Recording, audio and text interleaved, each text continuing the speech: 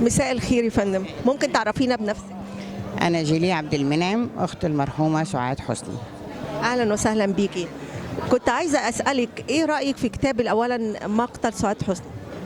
والله الكتاب فيه كل الكلام اللي احنا عرفناه، يعني في ناس كتير قوي ما عرفتهوش، لكن احنا مع البحث وجنشا طبعا، يعني هي اتولت المأمورية دي لوحدها و...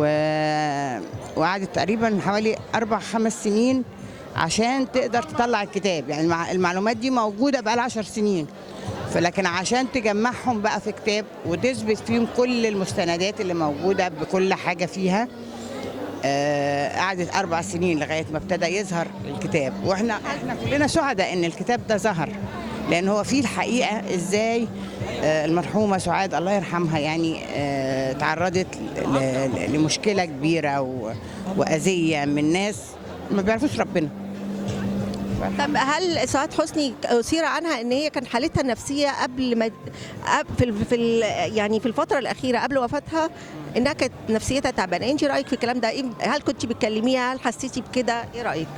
بصي يا حبيبتي، الكلام اللي اتقال عليها ده من المخطط لقتلها، لكن هي كانت بتكلمنا وكانت مبسوطة جدا وكانت سعيدة وخست وكانت ناوية ترجع وتشتغل، ومكلمانا قبل وفاتها، يعني قبل ما تدخل المصحة، عشان كان المصحة ممنوع انها تتكلم.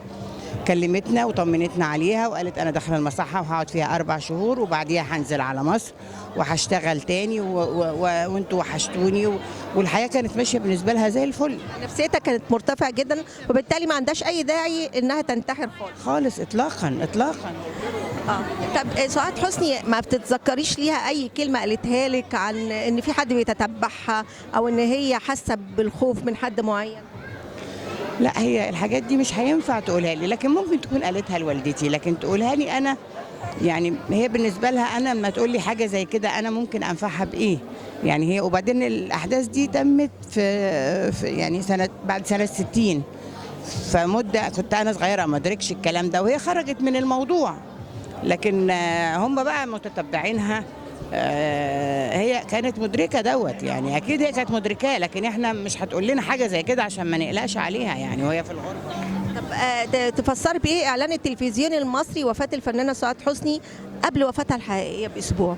ما هو ده المخطط، ده مش مره واحده، ده 4 مرات، بعد كل شهر كل كام شهر يعملوا كده نفس الحكايه ويعلنوا وفاتها، فلغايه ان احنا ما صدقناش. يعني احنا كنا مستنيين الجثمان يجي ومش مصدقين ان هي اللي جوه، يعني لغايه ما جنجا دخلت وتم الغسل اتاكدت انها هي، لكن ما كناش متاكدين لان كل شويه كانوا يعملوا الاشاعه دي، ده بيحطموها، يعني بيعملوا كده عشان يعني من الخطه اللي هم راسمينها ان هي يقتلوها ويقولوا انها انتحرت. طب مدام جيلي الاخت الصغرى للفنانه سعاد حسني من الام، يعني انا كنت عايزه اسالك ايه علاقتك بالفنانه سعاد حسني؟ هل هي علاقه حميميه؟ هل كانت بعيده لفرق السن اللي بينكم ولا ايه يعني كنت حاسه بايه؟ لو ما تتخيليش العلاقه كانت عامله ازاي، هي ما كانتش بالنسبه لنا سعاد حسني، هي بالنسبه لنا الاخت الكبيره الحنونه اللي بناخد رايها في مشاكلنا، اللي بتحل لنا اغلب المشاكل، اللي هي دايما بتحتضننا، بتبقى دايما